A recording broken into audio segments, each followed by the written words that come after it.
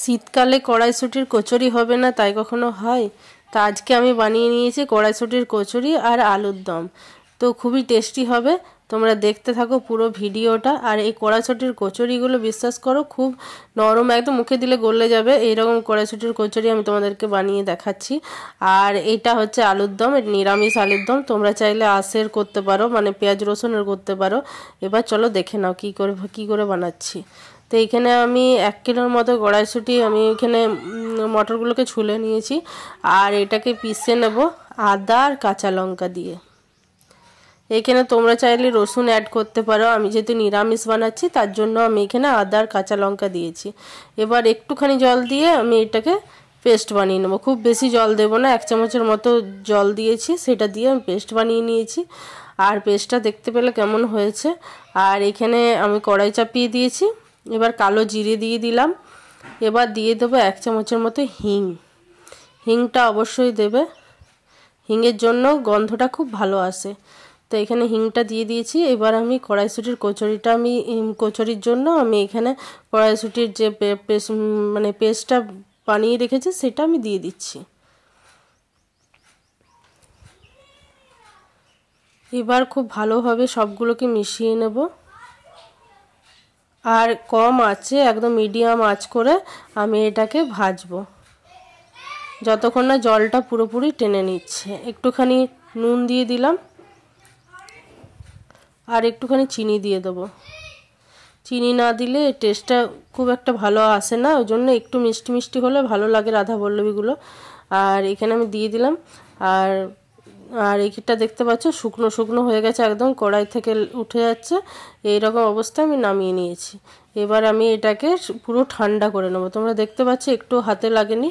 তো এইরকম হবে তখন নামিয়ে নেবে আর ঠান্ডা করে নেবে এটাকে।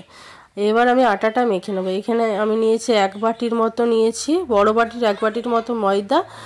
আর আমি নিয়েছি এই বাটিটারই 1 বাটি আটা। দুটো মিক্স করে আমি বানাবো। এবার আমি কিছুটা জোয়ান দিয়ে দিচ্ছি। জোয়ান দিলে কোনো যাদের গ্যাস অম্বলের প্রবলেম আছে তাদের হবে না জোয়ানটা দিলে পরে, খেলে পরে।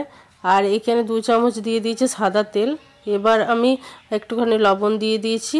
এবার আমি সবগুলোকে একসাথে মিশিয়ে নিয়ে একটা ভালোভাবে জল দিয়ে, হালকা হালকা জল দিয়ে একটা নরম ডো বানিয়ে নেবো।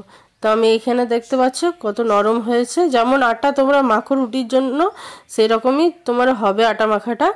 তো আমি এটাকে ঢাকা দিয়ে একটা রেখে দিলাম। আর এখানে কিছু মশলা নিয়েছি ওই যে আলুর দম বানাবার জন্য, টমেটো আর একটুখানি আদা আর কাঁচা লঙ্কা।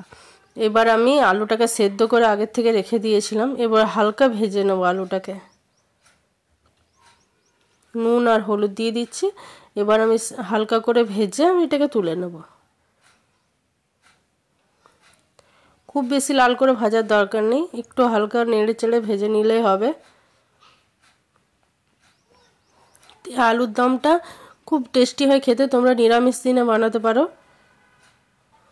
এখানে আলুটা তুলে নিয়েছি।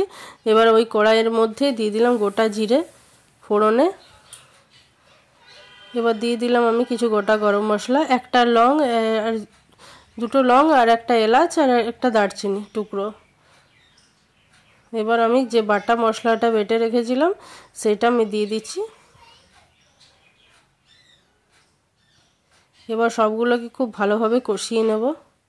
আর এখানে সামান্য কিছু গুঁড়ো মশলা ইউজ করছি, নুন, হলুদ, পরিমাণ অনুযায়ী লবণ, 1 চামচ হলুদ গুঁড়ো, 8 চামচ ধনের গুঁড়ো, 8 চামচ জিরের গুঁড়ো আর একটুখানি কাশ্মীরি লঙ্কার গুঁড়ো কালারের জন্য। তো সবগুলোকে খুব ভালোভাবে মিক্স করে নিয়েছি। আর মশলা ধোয়া জলটাও দিয়ে দিলাম। এবার খুব ভালোভাবে ঢাকা দিয়ে কষিয়ে নেব।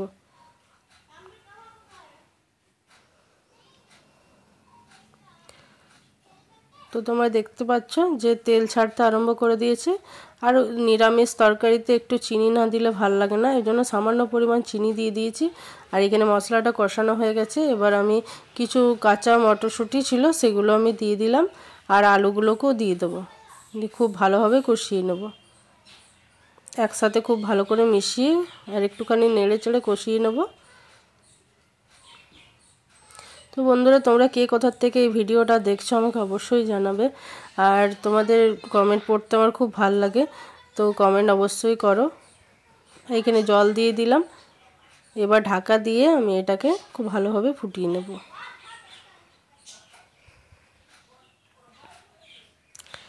ঢাকা দিয়ে খুব ভালো করে ফুটিয়ে নিচ্ছি। এবার চলুন দেখি আটাটা, দেখো কতটা নরম হয়ে গেছে আটাটা, এইরকম হবে। এবার আমি লেচি কেটে নেব। তো আমি এখানে লুইগুলো বানিয়ে নিয়েছি, একটু বড় সাইজের লুইগুলো রেখেছি, দেখতে পাচ্ছ তোমরা। আর এখানে আমি তরকারিটা দেখে নিচ্ছি একবার, আলুর দমটা। তো এখানে আলুর দমটা হয়ে গেছে, এবার ঢাকা দিয়ে আমি এটা রেখে দেবো। কিছুটা ধনেপাতা দিয়ে দিচ্ছি। এবার আমি এটাকে নামিয়ে নেব।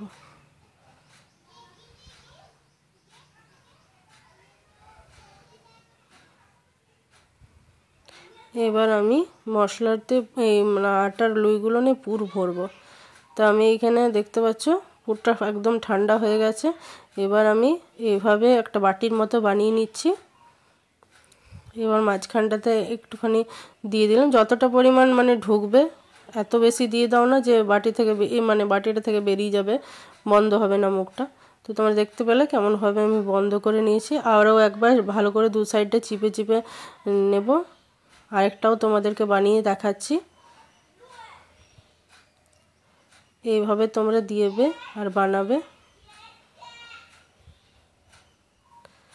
তার একটুখানি চিপে চিপে মুখটা বন্ধ করে নেব, আর দু সাইডে এইভাবে চিপে লুটাকে পাকিয়ে নেব। এবার হয়ে গেছে, এমনি করে সবগুলোকে বানিয়ে নিব। তো এখানে সবগুলো আমার হয়ে গেছে পুর ভরা। এবার তোমাদেরকে বেলে দেখাচ্ছি। তো বন্ধুরা, এই কড়াইশুঁটি কচুরিটা যদি এইভাবে আমার মতো করে বানাও তো খুব টেস্টি হয় খেতে, মুখে দিলে একদম গলে যায়। তোমরা অনেকগুলো একসাথে খেতে পারবে, আর এইটা খুব ভালোভাবে ফুলবে, দেখতে থাকো। হালকা হাতে একদম তেল দিয়ে হালকা হাতে এটাকে বেলে নিতে হবে, খুব বেশি চাপ দেওয়া চলবে না। তো কচুরি একটু বড় বড় সাইজের হয়, ওই জন্য আমি একটু বড় বড় সাইজের করেছি। তেল চাপিয়ে দিয়েছিলাম, তেলটা গরমও হয়ে গেছে। তোমরা দেখতে পাচ্ছ কত সুন্দর ফুলছে, আর একটু বাইরে বেরোয়নি।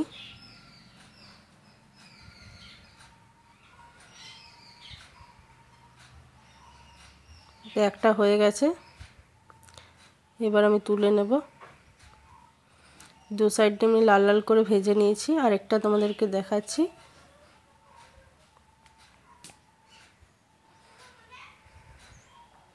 বন্ধুরা, এইভাবে একবার বানিয়ে খেও আর কমেন্টে জানাবে কেমন হয়েছে, খুব ভাল লাগবে।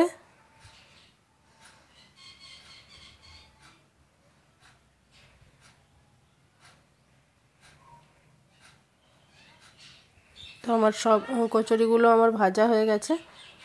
এবার তোমাদেরকে দেখাচ্ছি। এখানে দেখতে পাচ্ছ একটা ছোট হাঁড়িতে এক হাঁড়ি কচুরি হয়ে গেছে, আর এখানে আলুর দমটাও রেডি হয়ে গেছে। আলুর দম আর কচুরি তোমাদের কার কার পছন্দ আমাকে অবশ্যই জানিও।